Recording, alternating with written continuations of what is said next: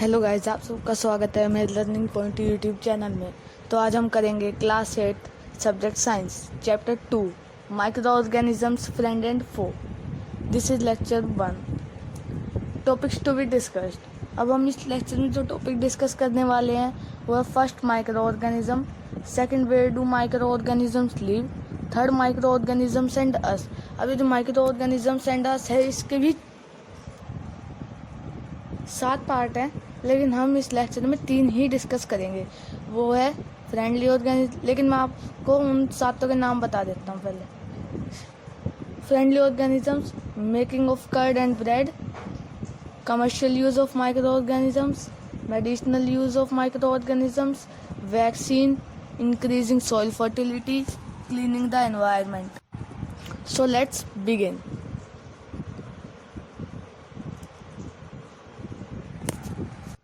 Microorganisms. You have seen several kinds of plants and animals. However, there are other living organisms around us which we cannot see are called microorganisms or microbes. For example, you might have observed that during the rainy season, moist bread gets spoiled and its surface gets covered with grayish yellow patches. अब आप सब अपने चारों तरफ देखेंगे तो आपको plants और एनिमल्स ही दिखेंगे, लेकिन हमारे चारों तरफ और भी लिविंग ऑर्गेनिजम्स होते हैं जिन्हें हम माइक्रो ऑर्गेनिजम्स और माइक्रोब्स कहते हैं।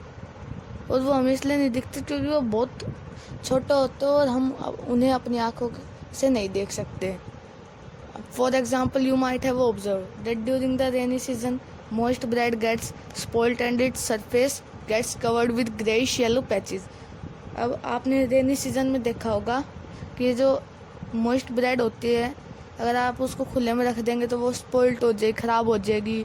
उस पर ग्रेइश येलो कलर के पैचेस हो जाएंगे, निशान हो जाएंगे। अब आप इस पिक्चर में देख सकते हैं कुछ माइक्रो ऑर्गेनिजम्स की पिक्चर है। इसमें फंगी, अलगी, प्रोटोजोआ, बैक्टीरिया, मतलब कुछ माइक्रो ऑर्गेनिजम्स की मैंने पिक्चर ली है, ये आप इसमें देखिए। अब माइक्रो ऑर्गेनिजम्स की भी काफ़ी टाइप्स होती हैं। वो first bacteria, second fungi, third algae, fourth protozoa. आपने इन सब की तो पिक्चर देख ही ली होगी। अब ये एक स्पेशल नोट है आप सबके लिए कि आप अब कहेंगे ये जो वायरस होता है ये भी माइक्रोस्कोपिक होता है, तो इसकी टाइप में माइक्रो ऑर्गेनिज्म की टाइप में ये वायरस क्यों नहीं है?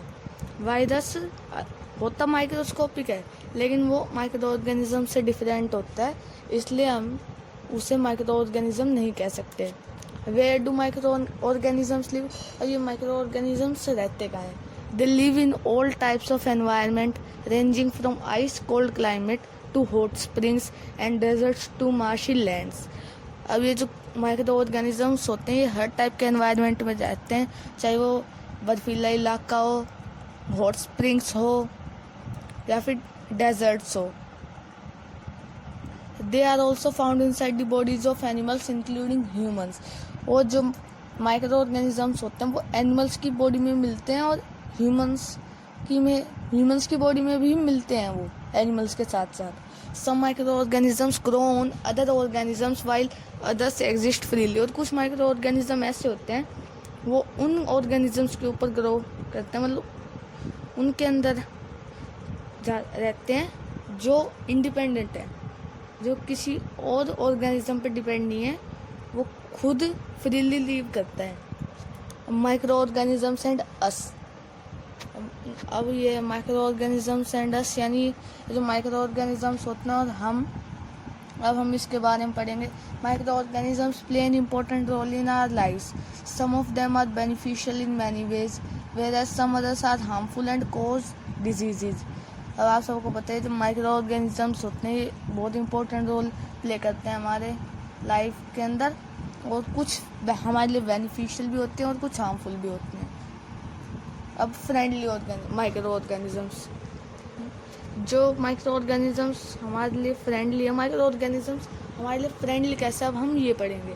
Micro organisms are use for various purposes. They are used in the preparation of curd, bread and cake।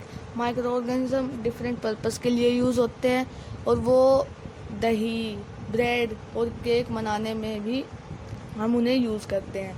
They are also used in cleaning up the environment. वो environment को clean करने में भी यूज़ होते हैं. फॉर एग्जाम्पल जैसे the organic waste like vegetable peels, remains of animals, fishes etcetera.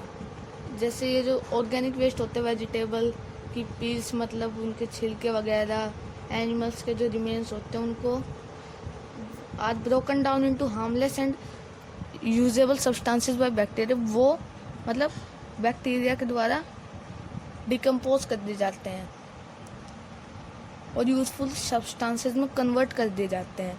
Bacteria are also used in making of medicines in agriculture. They are used to increase soil fertility by mixing nitrogen. ये जो bacteria होते हैं medicine बनाने के लिए भी use होते हैं और ये एग्रीकल्चर में भी यूज़ होते हैं सॉइल की फर्टिलिटी को ग्रो करने के लिए और उसमें नाइट्रोजन मिक्स करने के लिए. Making of curd and bread.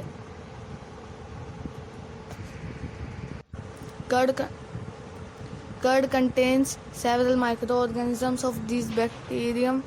Lactobacillus promotes the formation of curd. Contain बहुत सारे उसमें माइक्रो ऑर्गेनिज्म होते हैं. आप सबको पता है जो दही होता है उसमें बहुत ज़्यादा सारे माइक्रो ऑर्गेनिज्म होते हैं.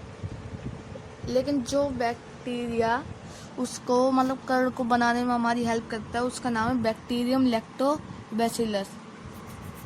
It multiplies into milk and converts it into curd.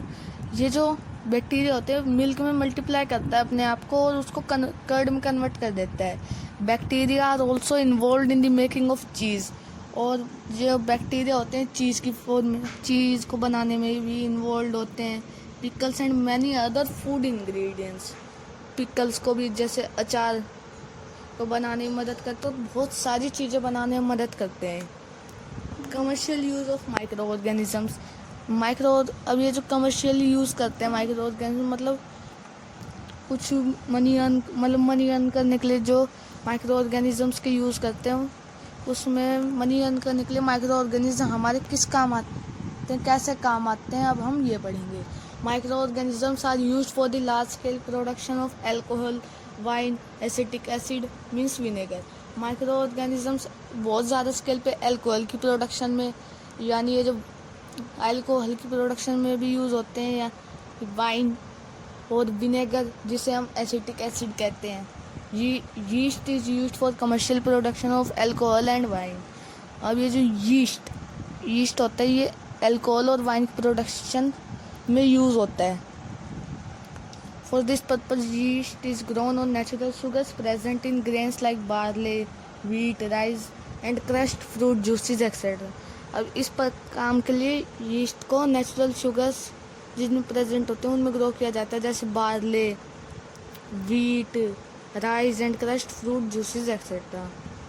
जैसे गेहूँ, चावल और ये जो फ्रूट्स के जूस होते हैं इनमें. Thank you for watching our lecture. Stay home, stay safe.